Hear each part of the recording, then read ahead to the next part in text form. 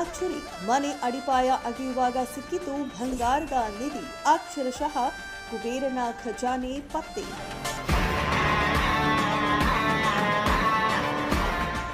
ಗದಗ ಜಿಲ್ಲೆಯ ಐತಿಹಾಸಿಕ ಭೂಮಿ ಲಕ್ಕುಂಡಿಯಲ್ಲಿ ಇಂದು ಪವಾಡವೊಂದು ಸಂಭವಿಸಿದೆ.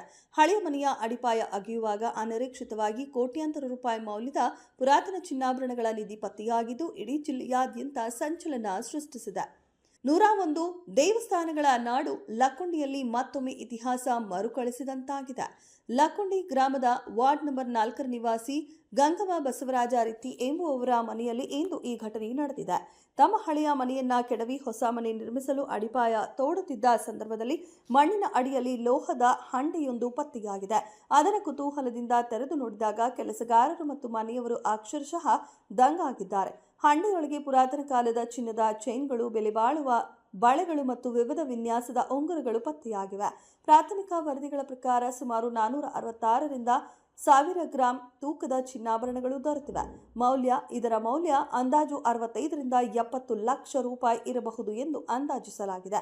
ವಿಷಯ ತಿಳಿಯುತ್ತಿದ್ದಂತೆ ಲಕ್ಕುಂಡಿ ಅಭಿವೃದ್ಧಿ ಪ್ರಾಧಿಕಾರದ ಸದಸ್ಯರು, ಪುರಾತತ್ವ ಇಲಾಖೆ ಅಧಿಕಾರಿಗಳು ಹಾಗೂ ಎಸ್ಪಿ ರೋಹನ್ ಜಗದೀಶ್ ನೇತೃತ್ವದ ಪೊಲೀಸ್ ತಂಡ ಸ್ಥಳಕ್ಕೆ ಭೇಟಿ ನೀಡಿ ಪರಿಶೀಲನೆ ನಡೆಸಿದೆ. ಪತ್ತೆಯಾದ ನಿಧಿಯನ್ನು ಪಂಚರ ಸಮ್ಮುಖದಲ್ಲಿ ಜಿಲ್ಲಾಡಳಿತದ ವಶಕ್ಕೆ ನೀಡಲಾಗಿದೆ. ಈ ಆಭರಣಗಳು 11-12ನೇ ಶತಮಾನದ ಕಲ್ಯಾಣ ಚಾಲುಕ್ಯರ ಕಾಲಕ್ಕೆ ಸೇರಿರಬಹುದು ಎಂಬ ಬಲವಾದ ಶಂಕೆ ವ್ಯಕ್ತವಾಗಿದೆ. ಸರ್, ಹಲೋ ಸರ್, ಒಂದು 800 ಗ್ರಾಮ್ ಆಗ್ಬೋದ್ರಿ? ಹ್ಞೂ ಸರ್, ಹ್ಞೂ ಸರ್.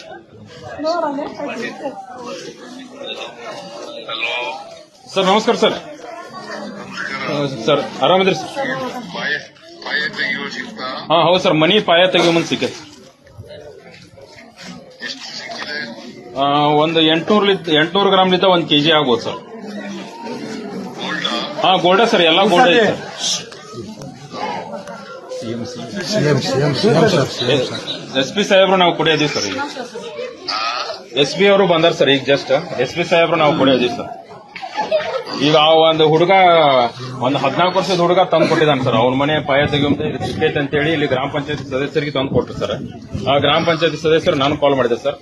ನಾನು HK ಪಾಟೀಲ್ ಸಾಹೇಬ್ರು ನಾವು ಕಾಲ್ ಮಾಡಿದ್ವಿ ಸರ್, ಹಿಂಗಾಗಿತ್ತು ಅಂತ ಹೇಳಿ. ಹ್ಞೂ ಸರ್, ಹ್ಞೂ ಅದ ಅವತ್ತು ನೈಟ್ ಬಂದು ಎಲ್ಲ ತೋರಿಸಿ. ಹ್ಞೂ ಸರ್, ಹ್ಞೂ ಕೊಡ್ತೀವಿ ಸರ್. ಎಸ್, ನಮಸ್ಕಾರ ಸರ್. ಹಾಂ ಬಂದಿದ್ದಾರೆ ಸರ್. ADC ಅವರು SP ಸಾಹೇಬ್ರು ಇದ್ದಾರೆ ಸರ್. ಹಾಂ SP ಅವರು ಕೊಡ್ತಾರೆ sir. Good afternoon sir, Rohan sir, SP Gadag speaking sir. Yes sir. Yes sir. Yes sir, yes sir, ಮಾಡ್ತೀವಿ ಸರ್. ಪ್ರೊಸೀಜರ್ ಪ್ರಕಾರ ಪೂರ್ತಿ ಮಾಡ್ತೀವಿ sir. Yes sir, yes sir, yes sir. ಇಲ್ಲಿ ಕೊಟ್ಟವ್ರು ಮಾತಾಡ್ತಾರೆ ಸರ್, ಮೆಂಬರ್ ಕೊಟ್ಟವ್ರು ಮಾತಾಡಿ ಸರ್. ನಾನು ಗ್ರಾಮ ಪಂಚಾಯತಿ ಸದಸ್ಯ ಸರ್. ಸರ್ ಮಗು ತಂದು ನನ್ನ ಕೈ ಕೊಟ್ಟು ಸರ್, ನಾನು ಚೆಕ್ ಮಾಡಿದೆ. ಆನಂತರ ಸರಿ ಫೋನ್ ಮಾಡಿದೆ ಸರ್. ಓಕೆ ಸರ್, ಲಕ್ಕುಂಡಿಗೆ ಮೊನ್ನೆ ಬಂದಿದ್ದೀರಿ ಸರ್. ಇನ್ನೊಮ್ಮೆ ಬರ್ರಿ ಅಂತ ಹೇಳ್ತಾ ಇದ್ದಾರೆ ಸರ್ ಎಲ್ಲರೂ ಗ್ರಾಮಸ್ಥರು, ಇನ್ನೊಮ್ಮೆ ಬನ್ನಿ ಅಂತ.